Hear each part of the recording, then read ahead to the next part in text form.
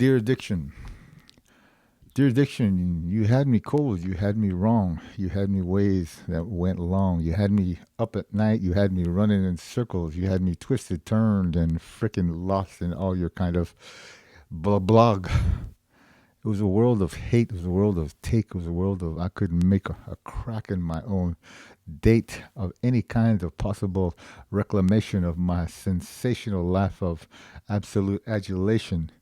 I love my life now. Life's great, life's grand, life's a spinny little spam of goodness that I do love every single day. I love it more because God's got me a little bit more, having a little more of His and my combined sway. God gives it to me. He licks me up. He ticks me up. He tickles me pink. And I do love sobriety beyond anything that I could ever have imagined. It's hard to believe addiction. You're that kind of bitch, that kind of witch, that kind of that makes me want to twitch. And just thinking about you makes me grossed out, makes me speechless. Dear addiction, you had me. Now you took me. And then you had me. And then you didn't take me. You took me all over the place, and then you took me to the worst places, and the worst places were pretty much any place. An addict goes that an addict doesn't show, an addict doesn't hide the way. That addiction is the great flow, the great master of the great defeat of nothing, because addiction is all those things incomplete. Addiction lifts you into nothing, and then drops you into more of nothing.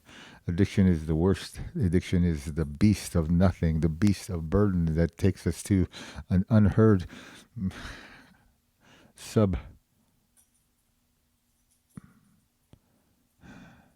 Addiction doesn't make us subhuman because we're always human. But addiction, you're a cold thing that I don't want anymore. Addicts like me don't want you. We weren't the worst. We weren't the best. The difference is we passed our test. We made it through. We made it right.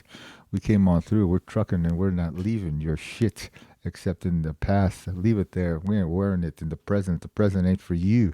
The present ain't addiction me like I scream it out in all those rooms.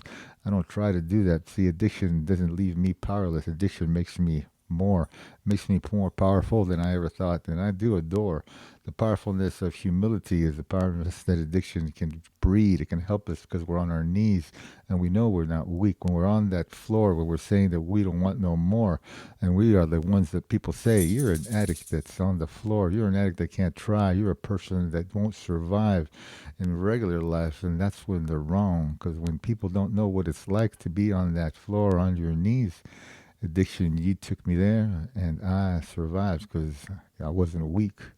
That's the strongest moments in our lives. Addiction tells us lies, tells us we're weak when we're actually stronger than all the rest who don't survive. And addiction, dear addiction, this is my ode to you, not I don't want you to have any kind of ode that I would sing your praises never through and through. So each addiction, piss off, fuck off, and leave me alone forever. Addiction, you suck, and so leave everybody else alone forever. Take your shit and walk, kick rocks. Who needs you? Nobody needs you. Everybody just wants you, and then they hate you, and you deserve that hate. You deserve that that thing that everybody makes shake. They hate your ass when they hate you bad, and so do their families, man. They hate you worse. So addiction, piss off. Addiction, take a hike. Addiction, you're done. You're out of my fucking life.